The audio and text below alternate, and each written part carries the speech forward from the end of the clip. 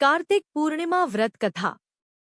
जय श्री राम मित्रों, आप सभी को कार्तिक पूर्णिमा की हार्दिक शुभकामनाएं।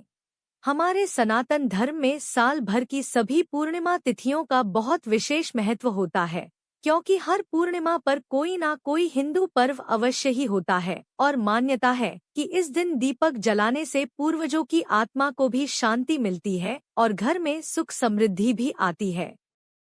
यही कारण है कि लोग इस खास दिन पर अपने पूर्वजों का तर्पण भी करते हैं। और अगर शास्त्रों की बात करें तो कार्तिक पूर्णिमा यानी कि जिसे देव दिवाली के रूप में भी मनाया जाता है, इस दिन गंगा जी या फिर किसी अन्य पवित्र नदी में स्नान करने से मनुष्यों को भगवान विष्णु की कृपा से मोक्ष की प्राप्ति होती है। कार्तिक पूर्णिमा के दिन ही भगवान शिव ने देवताओं को त्रिपुरासुर के अत्याचारों से बचाने के लिए अर्धनारीश्वर का रूप धारण करके उसका वध भी किया था, जिसके बाद सभी देवताओं ने स्वर्ग में दीप जलाकर दिवाली मनाई थी। देव दिवाली के बारे में तो यह भी कहा जाता है कि इस दिन बनारस में यानी कि काशी में सभी देवी देवताओं का आगमन होता है और यही कारण है कि इस दिन बनारस के घाटों में बहुत बड़ी संख्या में दीप दान करने की भी परंपरा है। आज की इस वीडियो में आप सुनेंगे कार्तिक पूर्णिमा की कथा, साथ ही आपको इस दिन शिव रुद्राष्टकम का पाठ भी करना चाहिए, क्योंकि इस दिन भगवान शिव की पूजा में यह व्रत शिव रुद्राष्टकम के पाठ के बिना अधूरा माना जाता है। तो आज के दिन सभी भक्तों को चाहिए कि भगवान विष्णु के साथ साथ भगवान शिव की पूजा भी अवश्य करें। इस वर्ष 2024 में कार्तिक पूर्णिमा का व्रत 15 नवंबर को रखा जाएगा। कार्तिक पूर्णिमा की पौराणिक कथा के अनुसार तारकासुर नाम का एक असुर था, जिसके 3 पुत्र थे, तारका, कमलाक्षण, विद्युतमाली। जब भगवान शिव के पुत्र भगवान कार्तिकेय ने तारकासुर का वध कर दिया, तब उसके तीनों पुत्रों ने बदला लेने के लिए दिन रात कठिन तपस्या करना प्रारंभ कर दिया। उनकी कठिन तपस्या से प्रसन्न होकर एक दिन श्री ब्रह्मा जी ने उन तीनों को वरदान मांगने के लिए कहा, तो उन्होंने अमर होने का वरदान मांगा। ब्रह्मा जी यह बात अच्छी तरह से जानते थे कि अगर उन्हें यह वरदान दे दिया गया तो वे अपनी शक्तियों का केवल दुरुपयोग ही करेंगे और सभी को परेशान करेंगे, इसलिए उन्होंने यह वरदान देने से इनकार कर दिया। श्री ब्रह्मा जी ने उनसे कहा कि तुम लोग इसकी जगह कोई अन्य वरदान मांग लो। तब तीनों कहने लगे कि फिर उनके नाम का एक नगर बसाया जाए और जब भी कोई उनका वध करना चाहे तो सिर्फ एक तीर से तीनों का अंत एक साथ ही कर सके।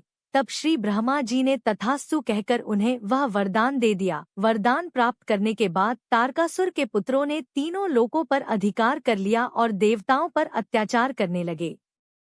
उनके अत्याचारों से परेशान होकर सभी देवता गण भगवान शिव की शरण में गए और उन तीनों का वध करने की प्रार्थना की। तब महादेव जी ने विश्वकर्मा जी से एक दिव्य रथ का निर्माण करवाया और सभी देवताओं ने अपना अपना अंश उस दिव्य रथ को प्रदान किया। चंद्रमा और सूर्य से पहिए बने, इंद्र, वरुण, यम और कुबेर रथ के 4 घोड़े बने, हिमालय धनुष बने और शेषनाग प्रत्यंचा बने। भगवान शिव खुद बाण बने और बाण की नोंक अग्निदेव स्वयं बने। इस दिव्य रथ पर भगवान शिव स्वयं सवार हुए। तब उस दिव्य रथ पर सवार होकर भगवान शिव उन तीनों का वध करने निकल पड़े। देवताओं और राक्षसों के बीच भयानक युद्ध चल रहा था। युद्ध के दौरान जब तीनों राक्षस एक सीध में आए और जब अभिजीत मुहूर्त हुआ, उस समय भगवान शिव ने एक तीर से तीनों का वध कर दिया। कहा जाता है कि तभी से भगवान शिव को त्रिपुरारी कहा जाने लगा।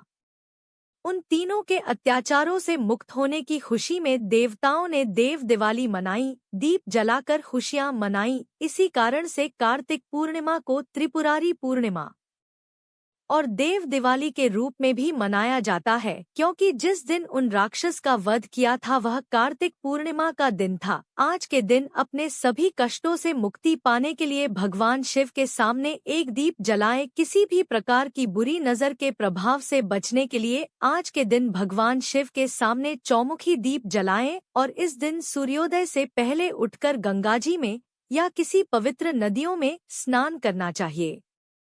अगर ऐसा संभव ना हो तो घर पर ही नहाने के पानी में गंगाजल मिलाकर आपको स्नान करना चाहिए। आज के दिन सत्यनारायण भगवान की कथा का पाठ भी पढ़ना या सुनना चाहिए। तुलसी जी के पौधे में एक दिया शाम के समय जरूर जलाएं। देव दिवाली के दिन जो मुख्य रूप से दीपदान होता है वह शाम के समय होता है। सुबह के समय आप दीपदान कर सकते हैं, लेकिन गंगा जी पर या गंगा जी के घाट पर आसपास तालाब में, सरोवर में, जल में जो दीपदान होता है वह शाम की पूजा के समय होता है। इस दिन पितरों की आत्मा की शांति के लिए एक दीप उनके नाम से भी प्रज्वलित करें।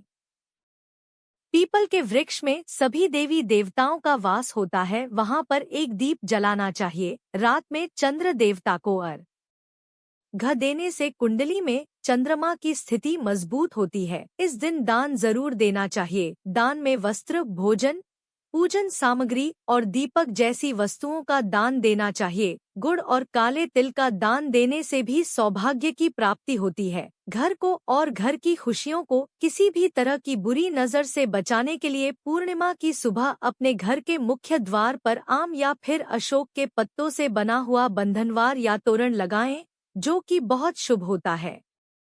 इस दिन सुबह से लेकर शाम तक एक लोटे में जल भरकर अपने घर के मुख्य द्वार के भीतर की ओर रखना चाहिए। शाम के समय जब शाम की पूजा कर लें तो इस जल का विसर्जन आपको अपने ही घर के किसी भी गमले में, किसी भी पौधे में, किसी भी क्यारी में कर देना चाहिए, लेकिन तुलसी जी में यह जल अर्पित नहीं करना चाहिए। पूर्णिमा का उपवास जो लोग भी रखते हैं उन्हें इस दिन नमक का सेवन करने से बचना चाहिए। इस दिन खीर का भोग लगाकर उसी को प्रसाद रूप में खुद भी ग्रहण करना चाहिए।